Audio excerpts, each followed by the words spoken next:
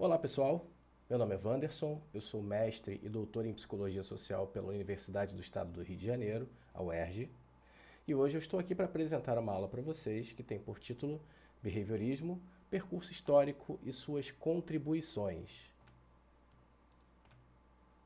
Bom, na aula de hoje nós buscaremos compreender a evolução histórica, conceitual e prática do behaviorismo, assim como suas aplicações. Também pretendemos diferenciar o behaviorismo metodológico do behaviorismo radical, vocês verão isso, não fiquem com pressa, não fiquem ansiosos. Iremos também analisar as contribuições cognitivas de Tolman e as contribuições clínicas de Volpe, e também constataremos os legados científicos e sociais do behaviorismo. Bom, o behaviorismo ele tem por gênese oficial o ano de 1913, com o lançamento do Manifesto Behaviorista por John Watson, através do seu livro A Psicologia como o Behaviorista a Vê. Esse livro ele vai trazer contribuições das ideias de Darwin, que vão dizer que os comportamentos são adaptações evolucionárias, e também dos achados de Ivan Pavlov, um pesquisador russo que fez um experimento envolvendo salivação de cães. Bom, o foco do behaviorismo metodológico de John Watson está no comportamento observável. Então, ele vai dizer que aquilo que não é observável, como por exemplo os pensamentos e os sentimentos, eles são intrincados e fechados demais, tal qual uma caixa preta de um avião. Logo, não devem ser objeto de estudo da psicologia, que deve primar pelo método científico, empírico, experimental, observável e replicável. Ele vai defender que o ambiente molda totalmente o indivíduo. Ele vai dizer também que os seres humanos não têm uma ruptura epigenética com os animais comuns. Então, os seres humanos eles vão partilhar uma série de comportamentos e reações orgânicas com os animais também. Ele vai entender que o objetivo da psicologia enquanto ciência deve ser a previsão e o controle do comportamento.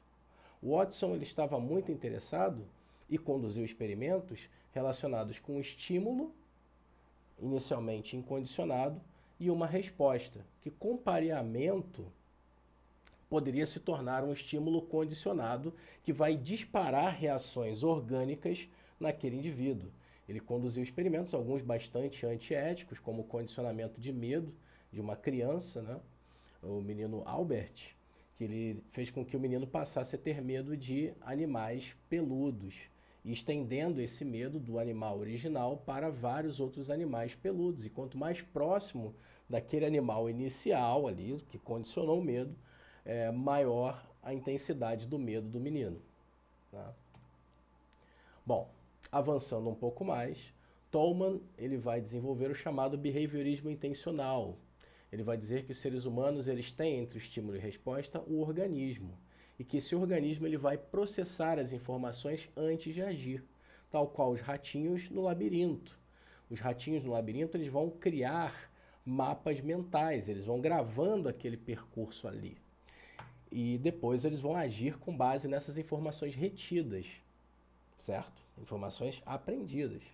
Ele vai dizer também que a aprendizagem ela não necessariamente precisa se dar através de recompensas imediatas. A pessoa pode guardar aquilo, aqueles processos pequenos aos quais ela aprendeu, para manifestá-los quando houver um reforçador externo. É uma motivação que se chama, né? Um motivo para a ação. Bom, um outro ícone do behaviorismo, um ícone assim que eu diria incontornável do behaviorismo, é o B.F. Skinner. Skinner vai lançar um livro chamado Condicionamento Operante no ano de 1938, que ele vai fazer a expansão desse modelo lá do Watson, né? Estímulo e resposta. Né? Então, o organismo ele apenas reage àquilo. Então, por exemplo, está frio e seu organismo vai reagir de uma forma que você não precisa pensar para ele arrepiar. Né? De igualmente, está calor, o seu estímulo vai reagir ao calor e você vai ficar suando. Sabe? O Skinner ele vai dizer que o comportamento ele também pode ser intencional. é o chamado comportamento operante. E ele vai buscar explicações para esse comportamento operante na filogenética, que vai falar de aspectos biológicos, tal qual Watson disse também, né? Vai falar sobre o aspecto evolutivo da espécie. Questões ontogenéticas, que falam sobre a história pessoal de alguém, ou seja, o histórico dela, por exemplo, com matemática, poderia fazer com que ela tivesse uma maior ou menor predisposição para estudar matemática. Digamos, ela teve bons professores de matemática ao longo da sua vida, ela teve um bom desempenho em matemática, então ela vai se sentir mais inclinada para estudar a matemática, um exemplo, né? E também aspectos culturais e sociais, que envolvem normas, práticas comuns, que vão fazer com que esse comportamento ele seja emitido ou suprimido. Então, falando sobre essa expansão desse modelo, né, já que falamos dessas 3 bases que vão explicar o comportamento operante das pessoas, o Skinner ele vai falar que não é só estímulo e resposta, sabe, apenas uma reação. Então, existe um chamado SD, que é o estímulo discriminativo, em que a pessoa ela vai receber do ambiente uma informação, uma coisa contextual, em que ela vai ter que agir voluntariamente. E isso é chamado de resposta, certo? E depois disso, a pessoa ela vai ter uma consequência com base no jeito como ela agiu, e essa consequência ela vai ser reforçadora, ela vai ser neutra ou ela vai ser até mesmo punidora daquele comportamento. Então, digamos que você vai fazer uma apresentação para esta disciplina aqui. E aí você estudou bastante, né? Então, digamos assim, ó, é SD, passei um trabalho para você. E aí você se reuniu com o seu grupo, você estudou bastante, ficou bem preparado ou preparada.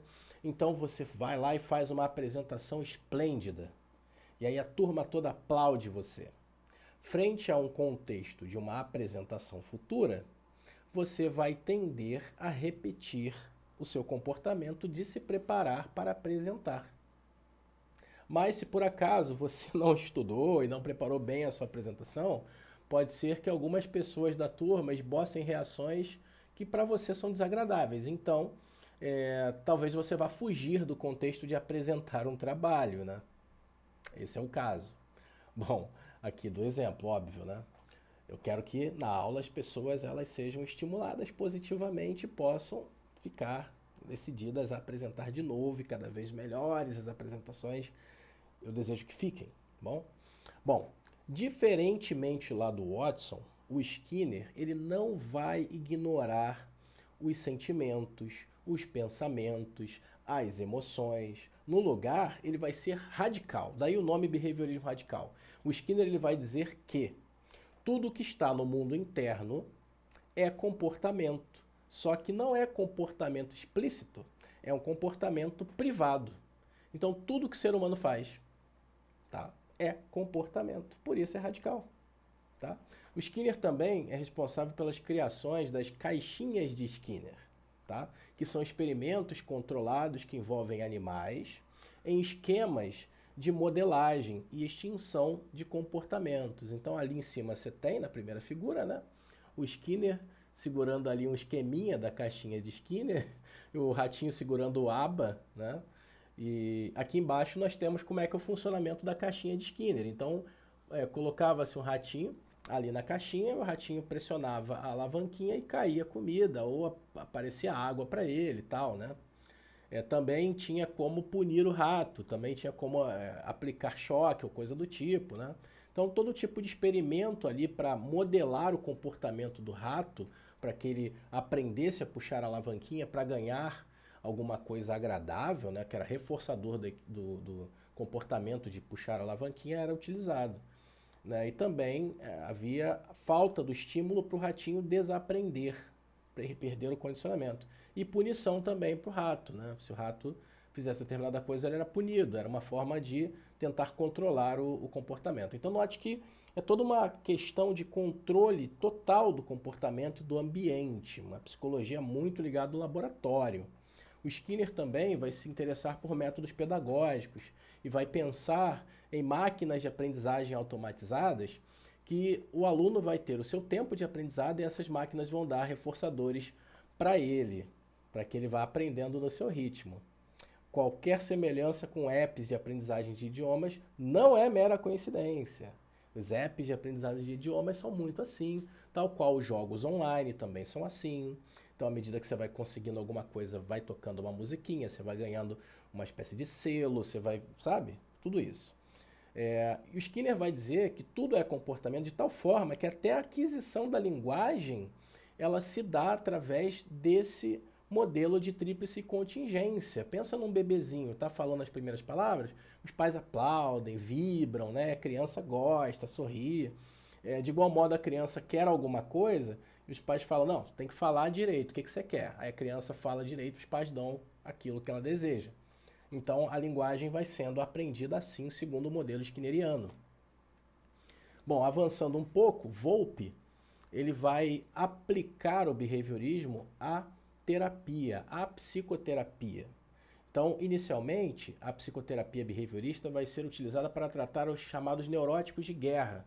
Hoje, a gente entende, né, a nomenclatura mais atual, entende por transtorno do estresse pós-traumático. Soldados que voltavam da guerra, que tinham flashbacks, que não conseguiam dormir, que ficavam muito perturbados com tudo aquilo que viram e ouviram, eram expostos à técnica de dessensibilização sistemática, que envolvia a exposição gradual de estímulos, né, com base assim, no que é menos ansiogênico para a pessoa, até uma coisa bem próxima daquilo que é ansiogênico para ela, pareado, né, associado com técnicas de relaxamento para quebrar as associações negativas e aquilo se tornar uma coisa neutra, ou pelo menos que não desperte reações e comportamentos tão disfuncionais para a pessoa. Volpe também foi o pioneiro na chamada psicologia baseada em evidências. Volpe recebeu críticas dos psicanalistas, que diziam que a sua técnica de curar fobias e coisas dessa natureza era superficial demais e que as pessoas voltariam a ficar fóbicas depois de um tempo porque as origens não foram tratadas, que era a proposição da psicanálise. Mas, em contraposição a isso, Volpe apresentava os resultados dos seus tratamentos em que as pessoas se recuperavam dessas fobias ou desses transtornos do estresse pós-traumático em semanas e não em anos de tratamento, como a psicanálise propunha, sabe? Bem, e hoje nós entendemos um pouquinho sobre o behaviorismo, que é a ciência do comportamento humano, que tem por natureza, né, o empiricismo, ser baseado em evidências replicáveis, muito associado a ciências biológicas. Ela vai nascer ali nos laboratórios, mas vai se expandir para contextos clínicos e também contextos educacionais. Ela vai começar com o tratamento de fobias e transtornos do estresse pós-traumático, mas também ela vai ser expandida à medida que o tempo vai passando e que novos experimentos e novas técnicas vão sendo desenvolvidas e incorporadas à teoria por trás do método ABA, tá? Que inclusive é muito utilizado, tido como padrão ouro no tratamento de pessoas que estão no espectro autista ou pessoas com transtornos de neurodesenvolvimento, que têm problemas de ordem cognitiva ou mesmo comprometimentos na fala, cujas terapias convencionais, como a própria psicanálise ou terapia humanista, existencial humanista, enfim, não vão dar conta. Então o método ABA, né, não pense assim, o ABA é só para tratar pessoas com TEA ou no TEA. A ABA é a análise do comportamento, né, aplicada. Isso que é a ABA, tá? O behaviorismo também vai trazer contribuições para os processos de ensino-aprendizagem no seu tempo. Pense na escola, que sempre dá estrelinha de bom menino, de boa menina, que dá carimbinho de parabéns e tal. E também na aprendizagem contemporânea, nos processos de gamificação de novos idiomas, de novos conhecimentos, sabe? Também ela vai ser muito importante, muito útil no tratamento das compulsões e adições, o que se chama de vícios, né? Então tem vícios, adições em substâncias, adições mais recentes aí em jogos eletrônicos, jogos digitais, apostas, enfim. E o behaviorismo também vai ser pioneiro na chamada psicologia baseada em evidências. A psicologia que não apenas diz para você que funciona, mas te mostra artigos, te traz artigos com métodos criteriosos para mostrar que de fato ela tem efetividade enquanto técnica psicoterapêutica. Aqui são as referências utilizadas e, homenageando meu camarada Skinner, eu e despeço de vocês com esse muito obrigado.